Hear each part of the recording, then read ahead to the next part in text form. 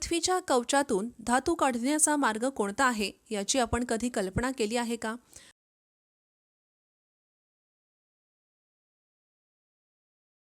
आपण त्यांना कसे परिष्कृत करू शकतो? चला या व्हिडिओमध्ये उत्तर शोधूया. सुरू करण्यापूर्वी मागील सत्राची पुन्हा एकदा उजळणी करूया. अशुद्धतेसह निसर्गात निर्माण होणाऱ्या धातूंच्या संयुगांना खनिजे म्हणतात.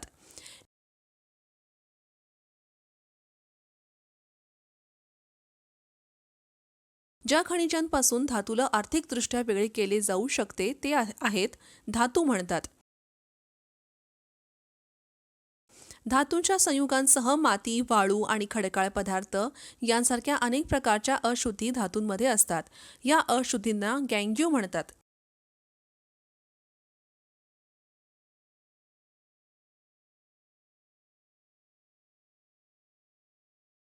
धातूपासून शुद्ध अवस्थेत धातू काढण्याची प्रक्रिया देखील धातुशास्त्राचा एक भाग आहे.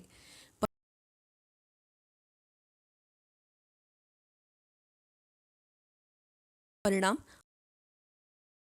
अत्यंत प्रतिक्रियाशील धातू काढणे, मध्य प्रतिक्रियाशील धातूचे निष्कर्षण,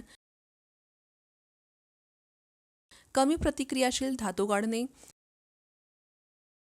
इलेक्ट्रो रिफायनिंग, गंज आणि त्याचे प्रतिबंध. महत्त्वाचे शब्द: अभिक्रिया शृंखला. धातूंची त्यांच्या अभिक्रियाशीलतेच्या घटत्या क्रमाने मांडणी करणे याला क्रिया मालिका म्हणतात. कॅल्सिनेशन. कॅल्सिनेशन सामान्यतः कार्बोनेट आणि ऑक्साईड धातूंचे केले जाते.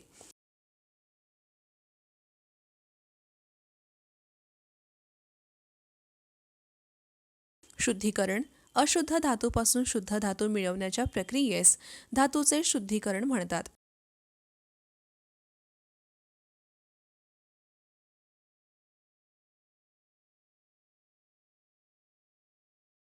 गँग्यू, माती, वाळू आणि खडकाळ पदार्थ यांसारख्या अनेक प्रकारच्या अशुद्धी असलेले धातू.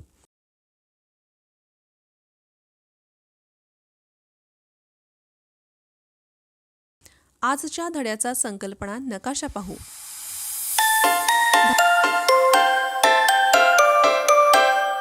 धातूपासून धातू काढणे हे धातूच्या प्रतिक्रियाशीलतेवर अवलंबून असते. अतिशय परिचित असलेल्या धातूच्या अभिक्रियाशीलतेचा क्रम समजून घेण्यासाठी आम्ही थंड पाणी, वाफ, पातळ आणि मजबूत आम्लांसह त्यांच्या रासायनिक अभिक्रियांचा अभ्यास करतो आणि या अभिक्रियांमधील त्यांच्या जोमदार क्रियाकलापांच्या आधारे आम्ही क्रियाकलाप मालिका तयार करतो.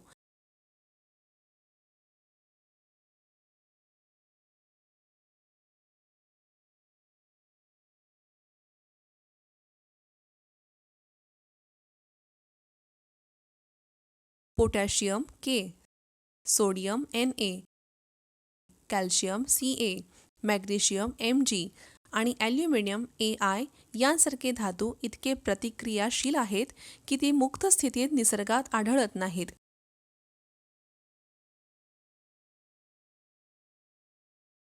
जस्त, Zn, लोह, Fe, शिसे, Pb इत्यादी धातू मध्यम प्रतिक्रियाशील असतात. ते पृथ्वीच्या कवचामध्ये प्रामुख्याने ऑक्साईड, सल्फाइड आणि कार्बोनेट म्हणून आढळतात.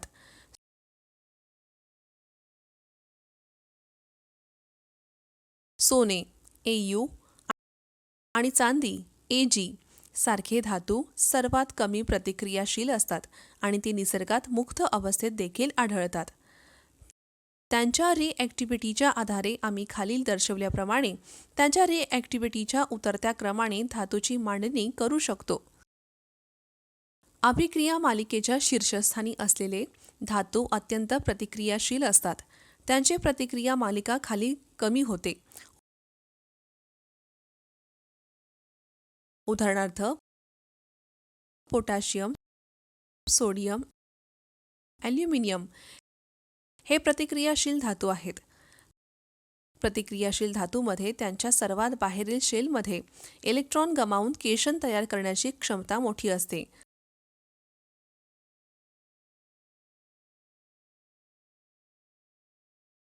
उदाहरणार्थ हायड्रोजन वायू देण्यासाठी प्रतिक्रियाशील धातू सौम्य ॲसिडसह जोरदारपणे प्रतिक्रिया देतात.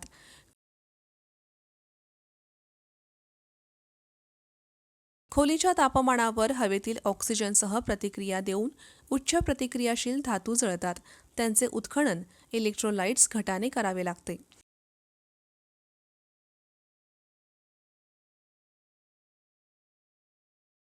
उदाहरणार्थ सोडियम, कॅल्शियम आणि मॅग्नेशियम हे धातू त्यांच्या वितळलेल्या क्लोराईड क्षारांच्या इलेक्ट्रोसिसद्वारे प्राप्त होतात. या प्रक्रियेत धातू कॅथोडवर जमा होते तर क्लोरीन वायू एनोडवर मुक्त होतो. वितळलेल्या सोडियम क्लोराईडच्या इलेक्ट्रोसिस दरम्यान इलेक्ट्रॉन प्रतिक्रियांना धातूचा सोडियम प्राप्त होतो.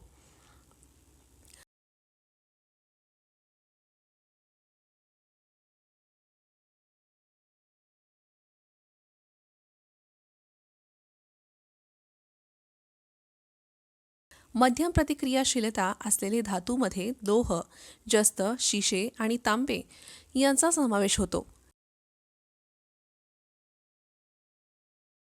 या धातूंचे खनिजे प्रामुख्याने त्यांच्या सल्फाइड किंवा कार्बोनेट स्वरूपात आढळतात.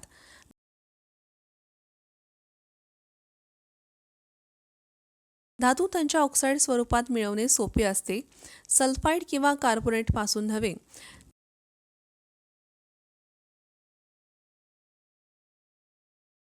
त्यामुळे सल्फाइड खनिजांना हवेतील तीव्र तापवून त्यांचे ऑक्साईडमध्ये रूपांतर केले जाते. या प्रक्रियेस भाजणी म्हणतात. कार्बोनेट खनिजांच्या मर्यादित हवेत तीव्र तापवून त्यांचे ऑक्साईडमध्ये रूपांतरण केले जाते. या प्रक्रियेस कॅल्सिनेशन म्हणतात.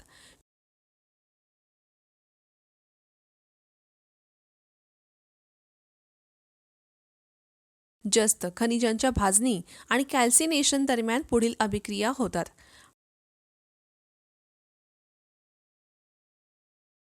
मिळालेल्या जस्त ऑक्साईडचे योग्य पुनरुत्पादक जसे की कार्बन सहाय्याने जस्तात रूपांतर केले जाते.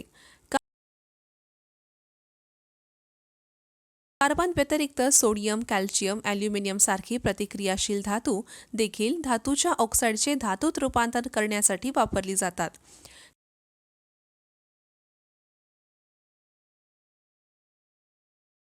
कारण या धातू मध्यम प्रतिक्रियाशील धातूंना त्यांच्या संयुगांमधून बाहेर काढतात. उदाहरणार्थ मॅंगनीज डायऑक्साईडला ॲल्युमिनियम पावडरसह तापवले असता पुढील अभिक्रिया घडते. या अभिक्रियामध्ये इतकी उष्णता निर्माण होते की धातू वितळलेल्या स्थितीत मिळते. यासारखीच आणखीन एक प्रक्रिया म्हणजे थर्मिट अभिक्रिया. येथे लोह ऑक्साईड ॲल्युमिनियम बरोबर अभिक्रिया करून लोखंड आणि ॲल्युमिनियम ऑक्साईड तयार करते.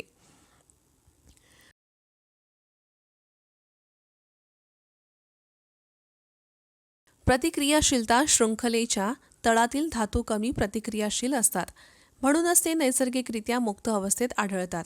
उदाहरणार्थ सोने, चांदी, प्लॅटिनम.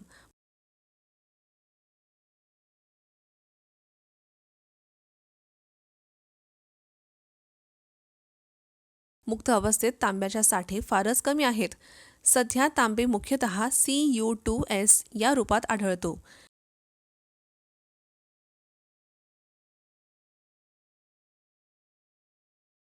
Cu2S खनिज फक्त हवेत तापवून तांबे मिळवता येतो. खनिजाच्या पुनरुत्पादनाने मिळणारी धातू साधारणतः अशुद्ध असते. यात न बदललेले खनिज, खनिजातील इतर धातू तसेच अनायनमधील अधातू मिसळलेले असतात.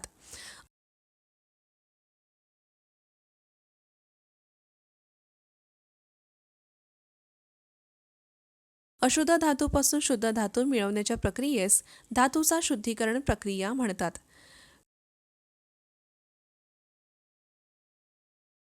शुद्ध धातू मिळवण्याची पद्धत: विरजन प्रक्रिया, विद्युत अपघटन प्रक्रिया,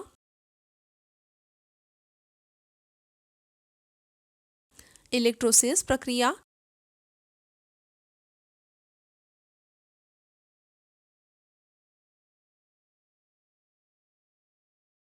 इतर प्रक्रिया.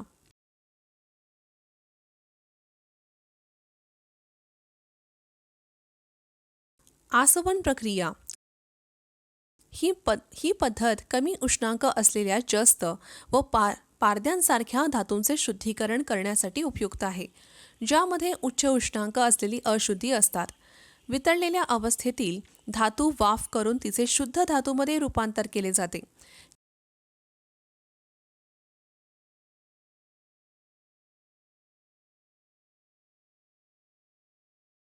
गळण प्रक्रिया या पद्धतीमध्ये कमी उष्णांक असलेल्या टीनसारख्या धातूला तिरक्या पृष्ठभागावर वाहण्यास भाग पाडले जाते.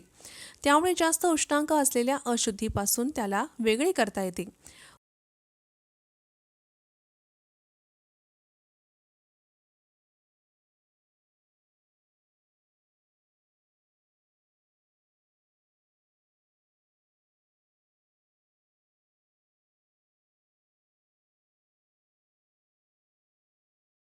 वाफन प्रक्रिया या पद्धतीमध्ये कमी उष्णांक असलेल्या जस्त आणि पारद या धातूंच्या शुद्धीकरणासाठी त्यांना तापवून वाफ करतात, जेणेकरून उच्च उष्णांक असलेल्या अशुद्धी वेगळ्या होतील. विद्युत शुद्धीकरण प्रक्रिया या पद्धतीमध्ये अशुद्ध धातूस एनोड तर शुद्ध धातूस कॅथोड बनवले जाते.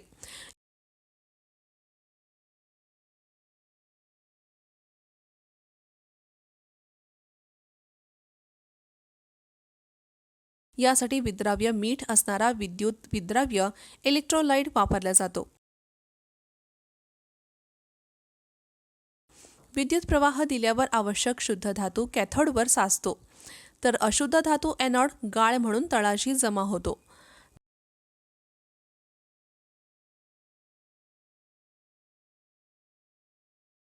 तांब्याचे शुद्धीकरण या पद्धतीने केले जाते. यात अशुद्ध तांबे एनोड म्हणून वापरतात, तर शुद्ध तांब्याच्या पट्ट्या कॅथोड म्हणून घेतात.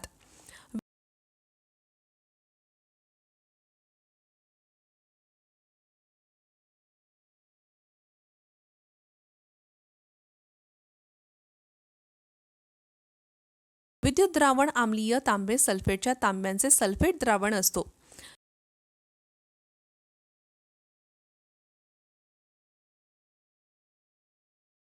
इलेक्ट्रोसिसमुळे शुद्ध तांबे कॅथोडवर साचते व तर इतर अशुद्ध घटक एनोड गाळ म्हणून खाली बसतात. यामध्ये अँटीमनी, सेलेनियम, टॅल्युरियम, चांदी, सोने व प्लॅटिनम यासारखे मौल्यवान धातूसुद्धा असतात, म्हणून त्यांच्या पुनर्प्राप्तीमुळे अधिक खर्च भागवला जातो.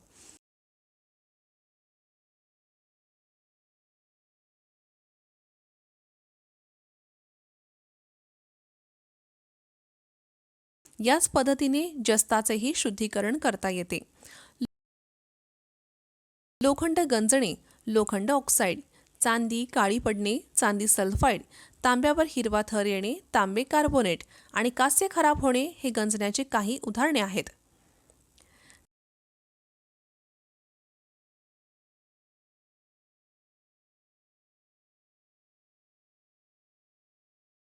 गंज रोखणे अत्यंत महत्त्वाचे आहे.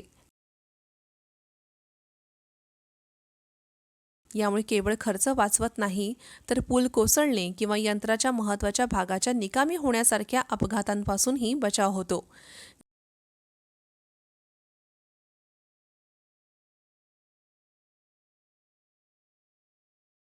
गंज टाळण्याचा सर्वात सोपा उपाय म्हणजे धातूच्या वस्तूच्या पृष्ठभागाला वातावरणाच्या संपर्कात येण्यापासून वाचवणे.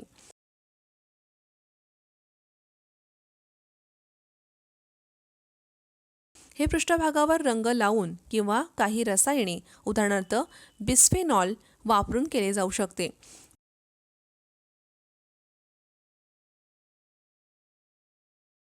दुसरी पद्धत म्हणजे अशा धातूंच्या थराने पृष्ठभाग झाकणे, उदाहरणार्थ टीन, जस्त, जे जड न होता स्वतः वातावरणाशी प्रतिक्रिया देऊन वस्तूचे संरक्षण करतात.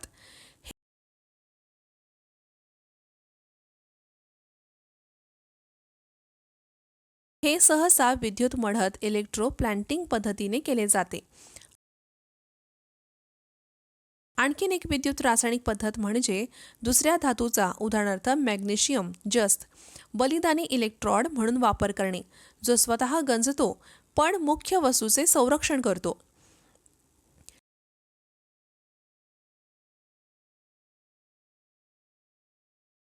आज आपण काय शिकलो? धातू कच्च्या अवस्थेतून मिळवण्यासाठी वापरल्या जाणाऱ्या पद्धती: कॅल्सिनेशन, भाजणी, रासायनिक कमीकरण, स्वयं कमीकरण, विस्थापन पद्धत, विद्युत कमीकरण.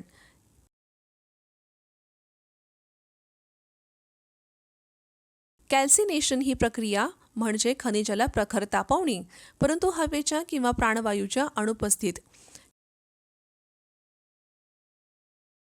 कॅल्सिनेशन दरम्यान धातूचा कार्बोनेट त्याच्या ऑक्साईडमध्ये रूपांतरित होतो. भाजणी ही प्रक्रिया म्हणजे खनिजाला भरपूर प्रमाणात हवेच्या किंवा प्राणवायूच्या उपस्थितीत प्रखर तापवणे. कॅल्सिनेशन आणि भाजणी या प्रक्रिया पुनर्बलन भट्टीत केल्या जातात.